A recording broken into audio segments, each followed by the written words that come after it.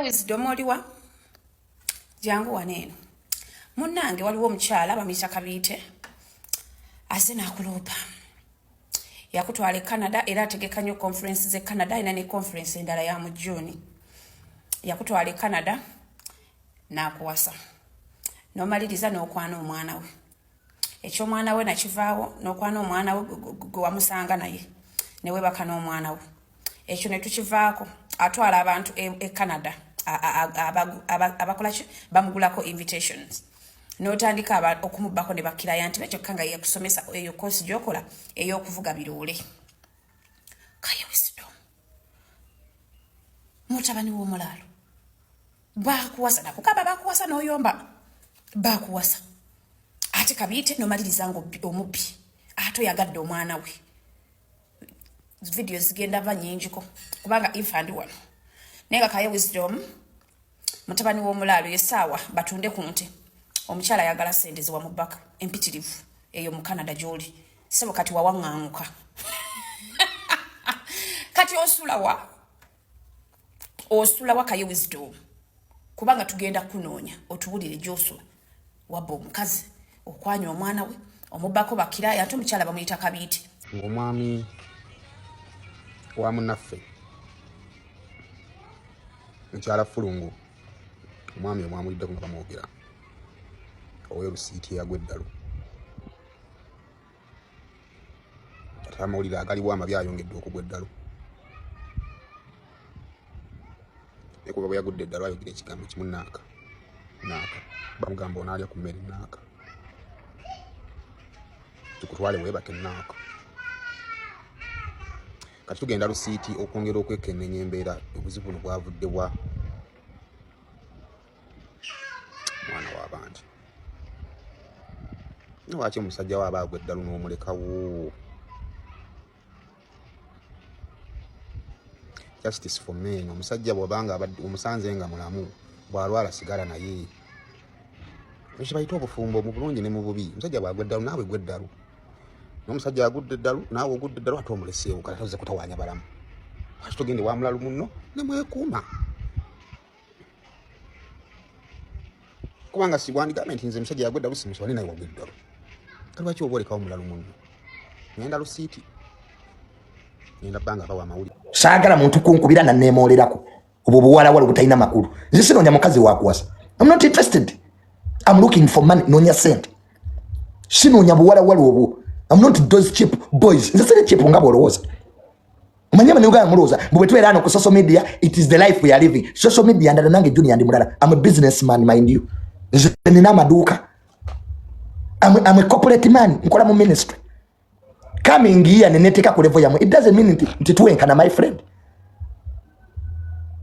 I'm not that level. I'm not. Research about me. I'm not. I'm not looking for money. Junior, kakwese tegendo ziwenyeko. I'm not here to get money. Nze ya ku social media. Akulimba. Nze nokulanga nanga company z'abakwano bange. N'abalanga mu nation.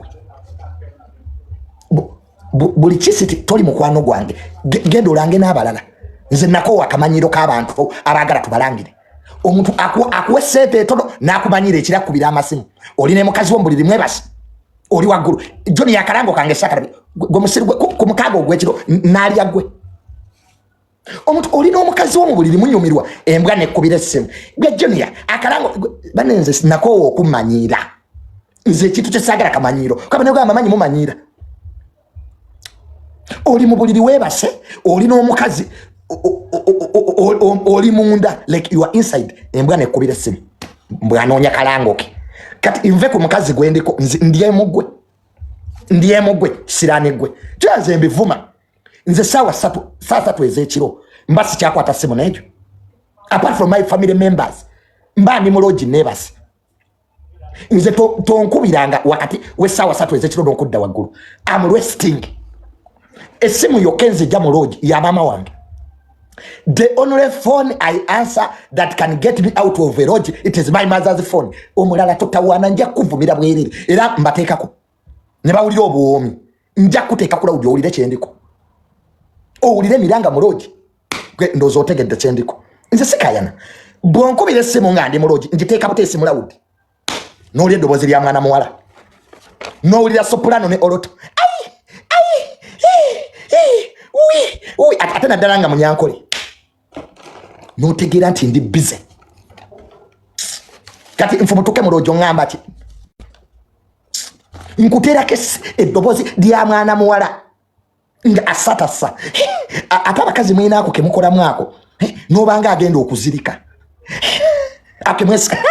banange omuwala muloogi ankolera akantu ako abakazi mwina engeri ako kemwesikamu n'obanga afeitiza omwana n'omuwa ssente nga kituufu asaanyazirye waliwo omuwala gwotwala muloogi n'omuwa ssente nga kituufu asaanyazirye nze ako kanyumira nze ebintu bisatu ebinyumira muloogi awo omukazi ng'omugjamu empale nze tewali kinyumira mu bulamu nga that part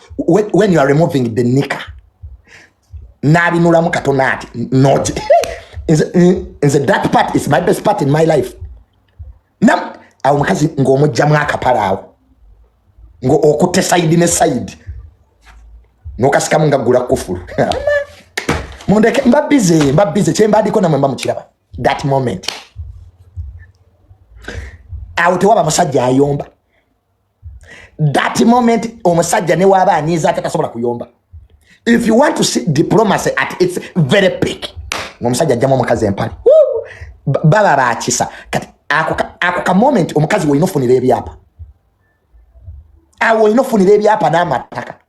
jangu n'ekyapa mu ngalo ng'esayininga wano ku basajja 108 basayininga oze lwaki basayidi chiki bababye property omukazi w'owakanga tolina kyolina naye nga sayidi chiki ayina awo abasajja bamwe babategera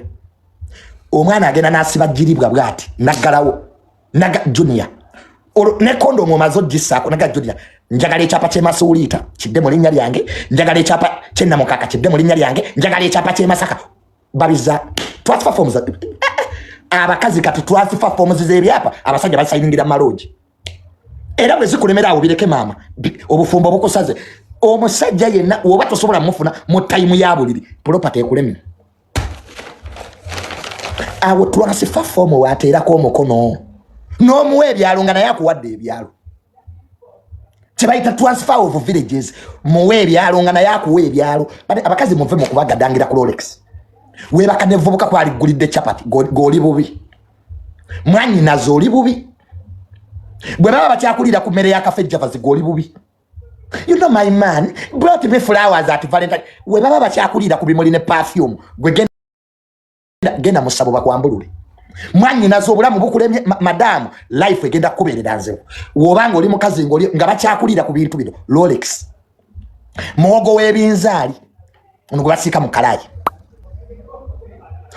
akatogo k'ebyenda oli mukazi oli omusajja yangolidde akatogo k'ebyenda babe that guy is understand katogo k'ebyenda kwali understand mbo omusajja yangolidde ebimuli kati bakyakulira ku mmere y'akafe javaze yesatu sate